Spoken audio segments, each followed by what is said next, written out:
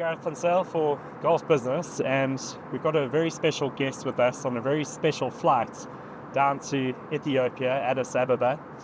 I've got the CEO of Etihad Airways with me. It's Antonoaldo Neves. Antonoaldo, thank you very much for joining us today. Thank you, Gareth. Thank you for having us. We're very happy to be here with you. And we're on this special flight, as I said, down to Ethiopia. Can you tell us a bit more about what's happening? So Etihad is working really hard to make sure that we build more partnerships across the globe. We just announced recently a very important partnership with China Eastern, right? That provide us partners so that we can fly to China in a different way, providing our customers more options. And we're very happy to announce today that we're going to make a very similar partnership with Ethiopian Airlines. So this is extremely important for Etihad because this is a way that we can manage to provide our customers with much more options into Africa, and at the same time we can provide Ethiopian customers many options that Etihad has today to many different places around the globe. And when you talk about the partnership, is it like a code share partnership? Maybe if you can unpack how the logistics around that is going to work. So the partnership starts with Etihad announcing a flight to Addis Ababa, and with Ethiopian announcing a flight to Abu Dhabi. Of course, we need to clear all the regulatory processes to make sure the partnership is up and running, right? But it starts with airlines cooperating, right, in point to point. And it adds about 10 destinations that are going to be working together, right, to sell and to carry passengers in and out of those 10 destinations. Airline partnerships, they start with an interline agreement. Usually when you fly that in two airlines that are connecting, the most basic agreement that you can have is an interline. So you fly, let's say, an EY flight, and then you fly an ET flight, right? Two different metals, two different codes, right? The partnership, they can evolve to a code share agreement. In a code share agreement, you fly on, let's say, an Ethiopian metal, an Ethiopian plane, using an EY code. So it's an EY flight, quote unquote, throughout the entire journey. So, but you can evolve that, and actually you can do what we call a joint venture agreement, which is I would say, a more in-depth kind of collaboration in which you can provide a customer actually better schedules, better pricing, better and seamless journey for the customer. So I would say that a joint venture, which is what we're doing, is a code share on steroids, right? Is a code share in which you can provide a customer much more options, because in the end, it doesn't matter in a JV, in the joint venture, who is selling the ticket. All the airlines are going to be sharing the revenue equally. So practically, if I'm flying then from Abu Dhabi to Addis, I'll be on an Etihad plane via this joint venture? Or in an Ethiopian plane, because you're going to have one flight a day too. But for you, buying the ticket is going to be the same. So the prices are going to be the same, the availability is going to be the same. So when you have a code share, you're sort of constrained, because sometimes in a code share, the amount of seats that is allocated, not sometimes, in a code share, when the amount of seats that is allocated to the other airline is restricted. In a JV, you don't restrict seat allocation. So Etihad can be selling 100% of the seats of Ethiopia and vice versa. So it may be the case that I sell 70% of the seats on their plane and they sell 70% of the seats in my plane. In a code share, that never happens. So that provides the customer more opportunity to buy the seat at the right price. Interesting. So why did you decide to go with this joint venture approach and not the other approaches that you've mentioned? I mean, Abu Dhabi and Ethiopia have a long-standing relationship. Both two countries have been partnering a lot in multiple fronts, right? We believe that we and Ethiopian, we have the capability, the organizational capability to leapfrog the partnership. So in reality, the answer is as simple as, if it's better, why not you do it sooner? So in the end, it's going to be better for Etihad, it's going to be better for Ethiopian, it's going to be better for the customers if we do it quicker and if we do it in a shorter period of time. So traditionally airlines, they go interline, they get to know each other, then they go code share, and then they go JV. That process can take 7 years. We don't have time for that. Ethiopia doesn't have time for that. There is so much opportunity in the market that we said, let's fast track this. And Ethiopian is a very interesting partner to have here because that airline has grown in leaps and bounds in recent years. It's really become the central hub and spoke for the aviation sector in Africa. What advantage does that give Etihad now going into the global market? Because effectively, being in Abu Dhabi, you're also in an extremely central part of the world. So does that give you two hubs, so to speak, from which you can effectively work from? I mean, to get into a JV, the first thing that you have to have is you have to admire your counterpart. And me and Etihad, we admire a lot Ethiopian. What they have built in the past 15 years is amazing. They fly to more than 140 destinations. Right? They're the number one airline in Africa by far.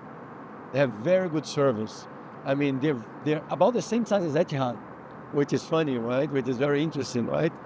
And I think the first and most important thing is that we're partnering with an airline that we share the same view on how an airline should be run and how we should deliver to the customer good customer service. Their new 350s are amazing, right? So we believe that it's a major milestone for the industry, because on one hand, Etihad's going to be benefiting by using this amazing network, and at the same time, Etihad in the past 3 years, we came from 10 million passengers to about 21 million passengers that we're going to do this year. So we doubled the size of the airline in 3 years, right? And we're known for the amazing service that we have. We're known in the market for the amazing network that we have. There is no other airline today in the Middle East that is providing to the Middle East and to India the number of frequencies that we're providing. And customers, they value frequency. So the frequencies that we're bringing to Southeast Asia, the frequencies that we're bringing to GCC, to Middle East, are going to be really, really, really complementary to Ethiopia. I mean, Etihad 3 years ago didn't have something to offer because we were not flying 4 times a day to many markets that we fly 4 times a day today. And because now we fly 4 times a day to a number of markets in the Middle East and in India, and for some markets in Southeast Asia, we're flying 3 times a day, right? I mean, we can partner with an airline in offering something in addition to the amazing customer service that we have, which is a network that is really much focused on providing convenience for customers that need more than 1 flight a day to go to destinations. And just looking at the number of destinations that you service now, it's grown in leaps and bounds in recent years. Can you give us an idea of what the scope is right now for Etihad, especially with this new sign up? Yeah, I mean, as I told you, Etihad was doing 10 million passengers, right, in 2022. Last year we did 18.5, 80%. No other airline in the world delivered 80% growth in 2 years in a market that there are no planes available. And we managed to do that, right? And this year we're going to grow again at least 15%. We're going to get 21 million passengers. We're not doing that only by adding new destinations. Which is really visible is the new destinations that we add, right? But I have to tell you, only 1/3 of the growth is new destinations. 2/3 of our growth is adding capacity to markets that we already serve today. So 2 years ago, we had only 15 destinations with more than 2 flights a day. 15. Today we have more than 40. We tripled the number of destinations in 2 years that we have more than 2 flights a day. So today you have 2 flights a day. You have a 9 a.m., 11 a.m. departure to most cities in Europe. You have 4 flights a day to Colombo. You have 4 flights a day to Riyadh. You have 4 flights a day to Kuwait. You have 4 flights a day to Delhi. 4 flights a day to Mumbai. 2 years ago, we had 1 flight a day to Colombo, 2 flights a day to Riyadh. You see what I mean? So Madrid, now we have 2 flights a day, almost 2 flights a day. We have 10 a week.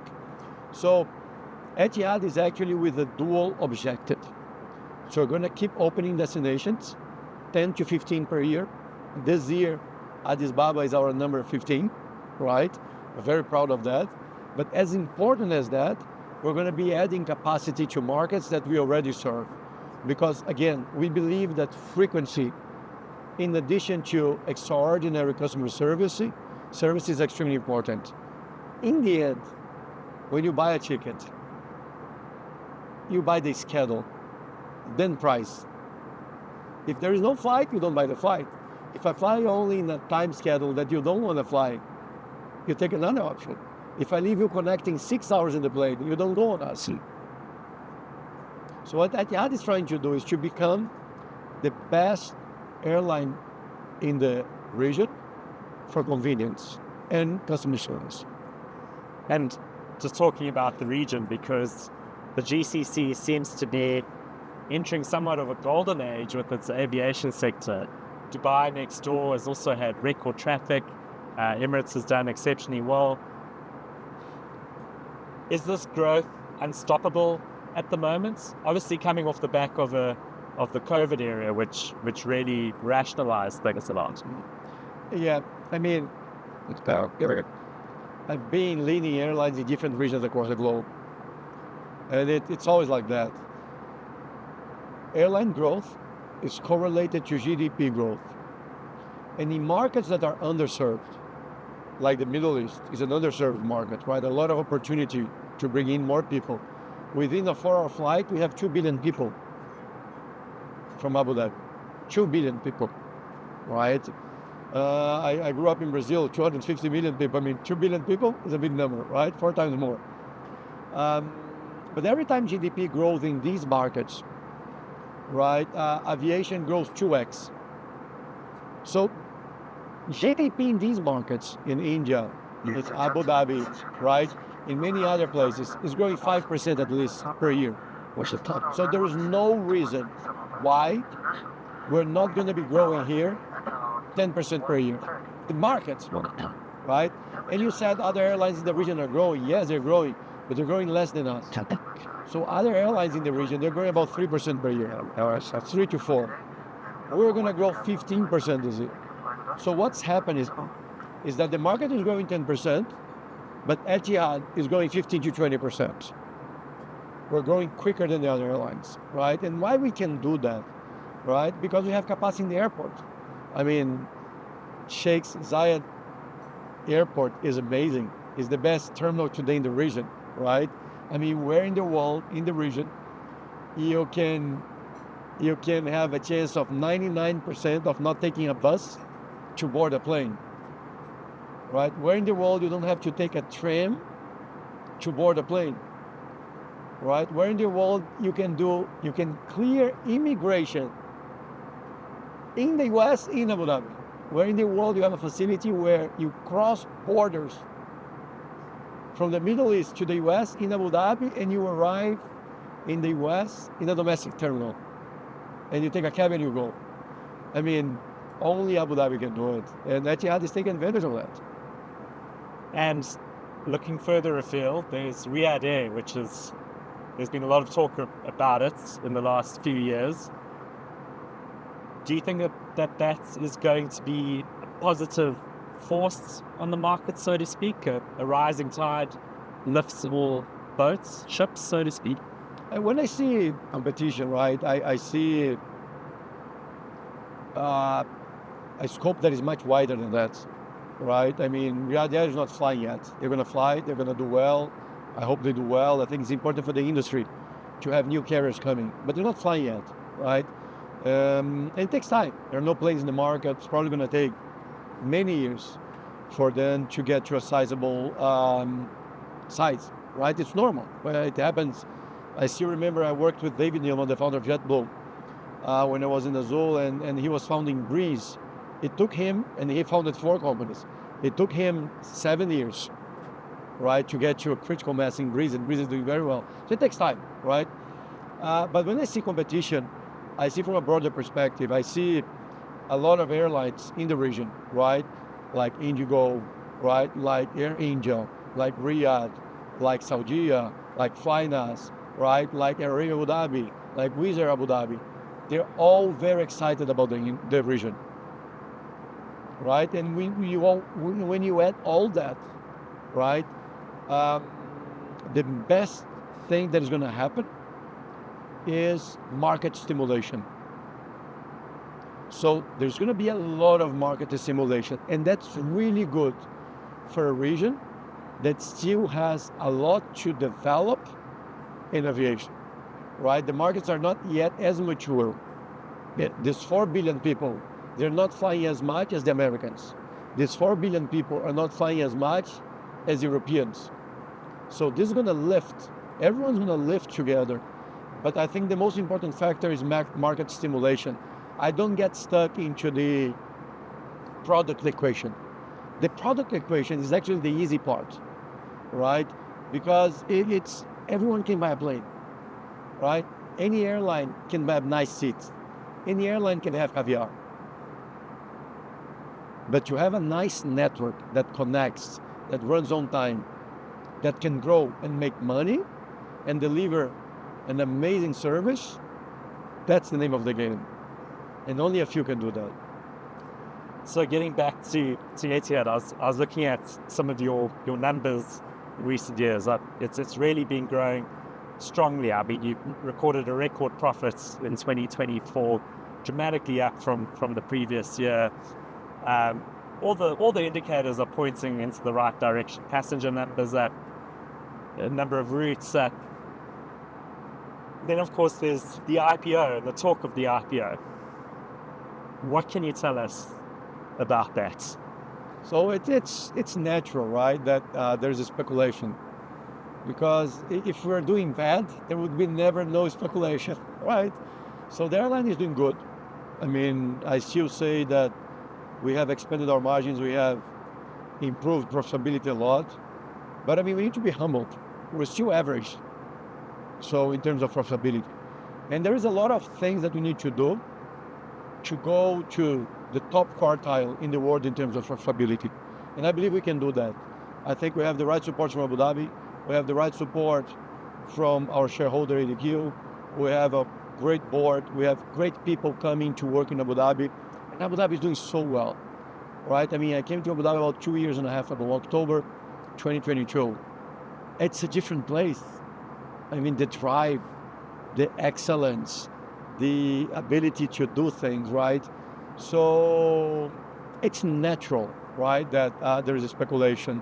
And it's also natural that there is speculation because it's no secret that ADQ has listed company before. So when you add these two things, right, say, no, Etihad's going to IPO. I mean, IPO is not an end, right? I've done IPOs before. I listed Azul in the New York Stock Exchange. It's a process, right? And airlines, they IPO for one very special reason, right? It's a very capital-intensive business. And you need to have flexibility and access to a number of financial instruments to finance your growth. So our obligation as management is to be ready to list, to IPO the company if one day the shareholder decides to do it. And I can tell you, I mean, Etihad is ready to do it from a process standpoint, from a governance standpoint, from a results standpoint, because you still have margin to expand. Nobody likes IPOs that there are no margin expansion, right? So we can improve the results, right? We also have a great story. We have great management team, support from the shareholder, right? So the airline is doing good, right? But the decision to do it depends on the shareholder, right? Depends on other factors that go above and beyond the management, right? The board. And that decision, I mean, has not been taken, right? So there's a lot of speculation, right, about it. And we take that as a compliment, right? because this is speculation that the airline is doing well. I mean, if we're going to do it or not, time will tell, right? But the day that such an opportunity comes to us, Etihad's going to be ready, and things are going to be announced. But so far, no decision has been made. Antonoaldo, Neves, thank you so much for talking to us on Golf Business. Thank you for the opportunity, and stay in touch.